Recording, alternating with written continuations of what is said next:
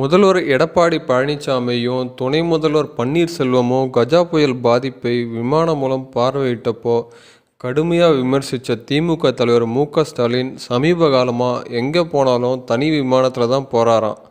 சேலத்தில் நடந்த தன்னோட உதவியாளர் தினேஷ் திருமணத்துக்கு தனி விமானத்தில் பிறந்த ஸ்டாலின் சனிக்கிழமை அன்னைக்கு கொல்கத்தாவில் மம்தா பானர்ஜி நடத்தின மெகா கூட்டத்துக்கும் தனி விமானத்தில் தான் பறந்தாராம்.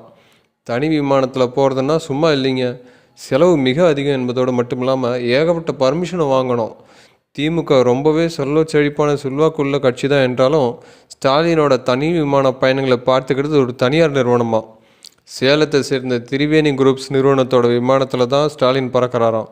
இதில் ஒரு ஆச்சரியமான தகவல் என்னென்னா, திரிவேணி குரூப்ஸ் நிறுவனத்தின் உரிமையாளர்களான சகோதரர்கள் நிர்வாக இயக்குனர் பிரபாகரன், இணை இயக்குனர் கார்த்திகேயன் ஆகியோர் எடப்பாடி பழனிசாமிக்கு தூரத்து உறவினர்கள். திரிவேணி நிறுவனம் $35 பில்லியன் மதிப்பு கொண்டது.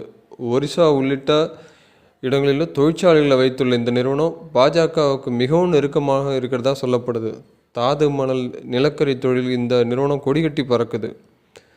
ஸ்டாலின் பயண ஏற்பாடுகளை பத்ரா நிறுவனம் செய்திருப்பதாகவும் விமானத்திற்கு 1 மணி நேரத்துக்கான வாடகை 4.5 லட்சம் ரூபாய் என்பதும் தகவல் வெளியாகி இருக்கிறது. இந்த தகவலை வச்சு சமூக வலைதளங்களில் ஸ்டாலினை ரொம்பவே விமர்சிக்கிறாங்க. இதுக்கிடையில் திமுக தரப்பில் என்ன சொல்கிறாங்கன்னா, யாரோட செலவிலையும் எங்கள் தலைவர் தனி விமானத்தில் போகல, எல்லா செலவுகளும் முறையாக செட்டில் செய்யப்படுதுன்னு சொல்கிறாங்க. உண்மை என்னன்னு மேலே இருக்கிறவருக்கு தான் தெரியும்.